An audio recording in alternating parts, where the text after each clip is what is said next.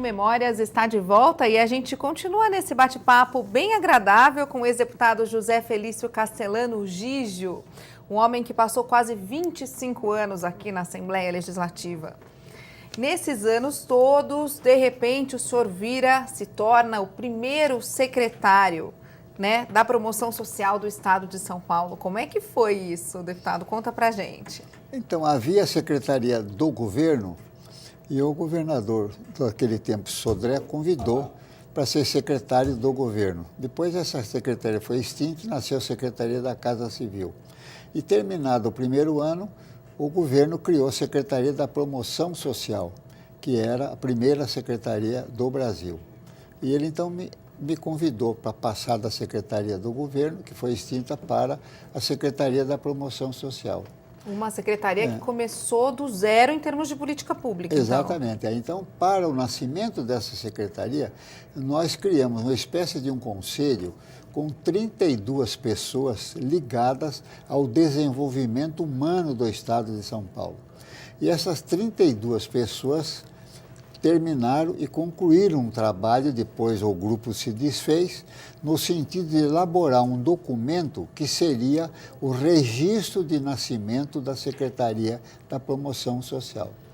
Quer dizer, mais de 30 pessoas foram ouvidas nessa criação. Então, o nascimento da Secretaria, formalmente, foi o governo que fez.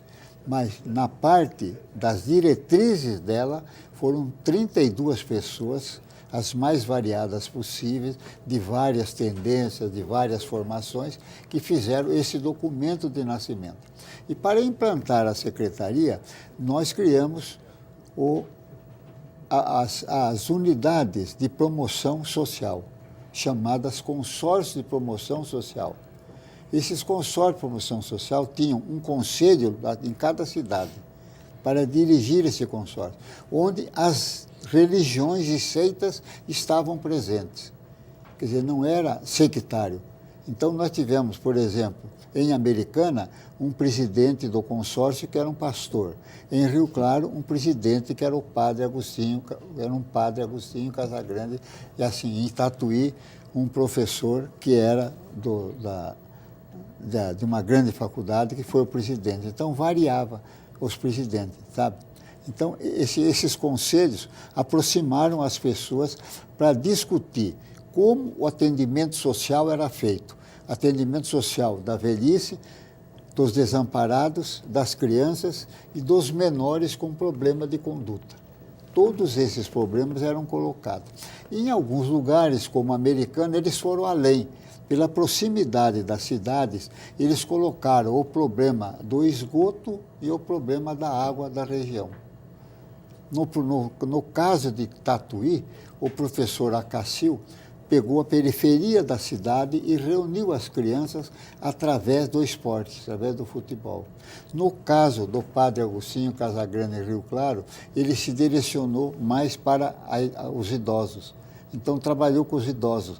Nasceram entidades que até hoje existem em Rio Claro de aproximação dos idosos. Então, houve uma tendência, conforme a região, esse consórcio e o conselho decidiam a caminhada dele para um lado ou para outro. Né? Isso que é importante dizer. Essa questão do conselho, que hoje a gente escuta muito falar, mas que ainda é muito estudada, né, no campo da ciência política, para saber se ele tem esse poder decisório ou só consultivo, naquela época era uma coisa muito nova, se realizar um conselho, ou seja, chamar as pessoas de diferentes segmentos para decidirem juntas. Essa era a ideia, essa era a novidade? Exatamente, porque havia aquele tempo, com bastante frequência, com bastante ênfase, na parte do atendimento, na parte da promoção humana, uma corrente que admitia que o trabalho deveria ser feito através de um conselho. A outra corrente que admitia que esse trabalho poderia ser feito de cima para baixo. Certo? Havia duas correntes. Então, fazia-se um projeto e mandava executar. A outra corrente, que achava que esse projeto devia ser um projeto elaborado.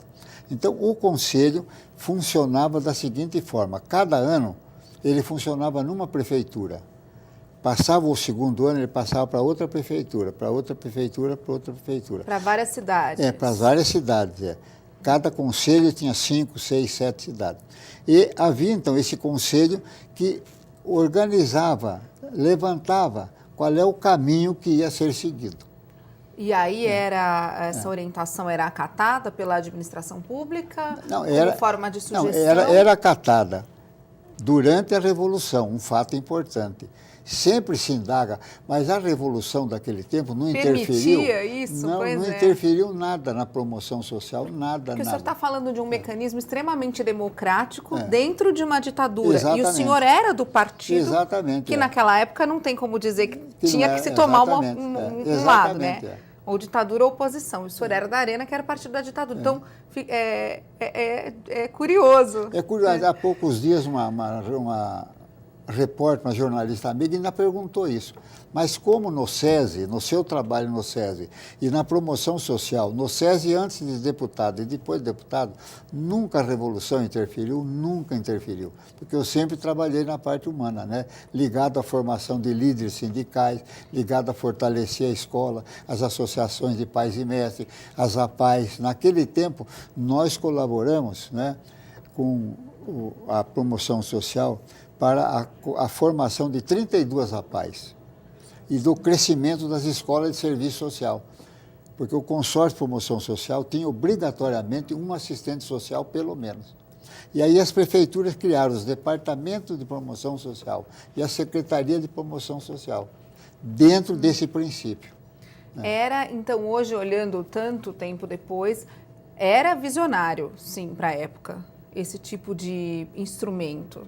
Era, e no governo Sodré, a dona Maria Sodré, que era a primeira-dama, ela entendeu que devia ser feito um levantamento da marginalidade paulista, para saber a quantos andava a marginalidade social, não a marginalidade criminal. Então, através da promoção social, nós fizemos esse trabalho, foi contratada a USP, e esse levantamento foi feito no estado de São Paulo, para saber as deficiências, justo aquela pergunta sua. Qual era a deficiência de saúde, qual era a deficiência de educação, qual era a deficiência de alimentação. Para a gente entender esse cenário, qual era a deficiência de cultura e qual era a deficiência de moradia. Esses 5 itens. Eles foram levantados e nós tivemos, ainda temos esses documentos até hoje, em todo o estado de São Paulo, qual era a proporção e onde se localizava a marginalidade social no estado de São Paulo. Um mapa da época. Exatamente, e que era o campo de trabalho já tecnificado da promoção social. Quer dizer, não era mais uma promoção social de olhos fechados. De achismo. Mas de olhos abertos. Aqui, esta é a promoção. Aqui, esta é a promoção. E assim por diante. Onde precisava haver a promoção. Então, o governo destinava recursos para as obras sociais, entendendo as obras sociais como mais importantes, mais preparadas, mais equipadas do que o próprio governo para realizar o trabalho social. Através dos contratos com o consórcio de promoção social, que tinham pequena ajuda das prefeituras que podiam, e através das obras de menores, das obras de maiores e assim por diante, das APAES e assim por diante. Eu acho que o senhor acabou respondendo um pouquinho da minha primeira pergunta, quando eu perguntei para o senhor como é que a Assembleia, o trabalho daqui, ajudou no fortalecimento da democracia do Estado, né? E até do país, com esse tanto de instrumento inovador para a época, como a formação dos conselhos, a própria Secretaria de Promoção Social, essa questão de colocar representantes dentro de uma empresa ou dentro de um conselho para decidir. Isso é puro fortalecimento da democracia e avanço dela, né, deputado? Porque já naquele tempo eu fazia a seguinte frase, né, que o poder legislativo, lá, é a igreja, é o culto a Deus. O poder legislativo é o culto à democracia. O poder legislativo é uma orquestra, e a orquestra tem que ter os mais variados músicos. Porém, quanto mais afinada for a orquestra, mais a música é bonita, mais a democracia é bonita. Então, nesta casa, o nosso culto é a democracia. Os partidos todos têm, vamos dizer, como Deus político, a democracia. Então, não há motivo para ter inimizade, e sim pontos de vista contrários. Esta foi a nossa filosofia, não só no SESI até hoje, como vendo esta casa, que não é uma casa de inimigos, é uma casa de opiniões divergentes. mas que o nosso Deus, vamos botar com todo respeito, né, é a democracia. Quanto lá, o nosso Deus, para todas as religiões, né, para todas as seitas, é um Deus só, que o próprio Papa Francisco agora está pregando lá no Oriente. Né? Quer dizer, se o nosso Deus é um só, por que nós brigamos? Não vamos brigar. Essa, para a parte política, eu acho que vale a mesma argumentação. Mas, deputado, me conta agora, assim, bem olho no olho. Era tão paz e amor assim, aqui dentro, nessa época, ou não? Às vezes saíam umas brigas, assim. Não era porque... Que a gente vivia uma ditadura. Não, antes da ditadura, né, havia a formação dos partidos, né, e os partidos eram distantes, sabe? Eles não eram casas fechadas, mas eram distantes. Distantes da população, não, o senhor distantes diz? de outro partido. Entre eles? Entre eles, sabe? Tanto que eu acho que a Revolução quis fazer 2 partidos para que pudesse facilitar. Né? Hoje são mais de 30. Então é humanamente impossível hoje haver esta aproximação. Como é que pode haver essa, não digo integração, esta aproximação? E a identificação do eleitor, então, nem se fala. Muito com a pior. ideologia de cada um, com pior. a ideia. Então, sabe, dissolveu a coisa, sabe? Quer dizer, diluiu a coisa. Então, essa diluição fez com que, naquele tempo que eram menos partidos, mas eles eram bem setorizados, sabe? E a doutrina de um e a doutrina de outro fazia com que houvesse uma separação.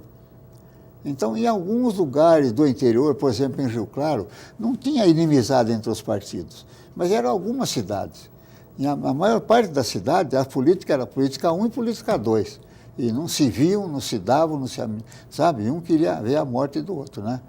Então, realmente, essa integração não foi possível e hoje eu acho que é muito pior, porque quanto mais partido existe, evidentemente, mais a diluição é feita, né? Com certeza, né? Essa diferença toda que eles têm, ou não, né? Às vezes é tudo igual e a gente também não consegue discernir, né, deputado? Então, ficou muito difícil, né? Quer dizer, então, essa proliferação indiscriminada de partido para a democracia não é bom. O senhor tem a sua opinião? Que não é bom, né?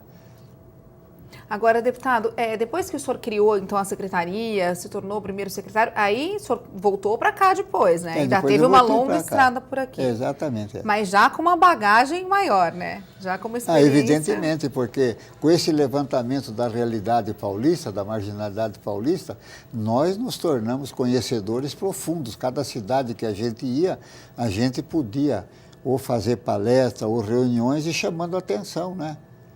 Foi um choque, assim, olhar esse mapa social do Estado? Bom, foi um choque violentíssimo, por exemplo, na região de Ribeirão Preto.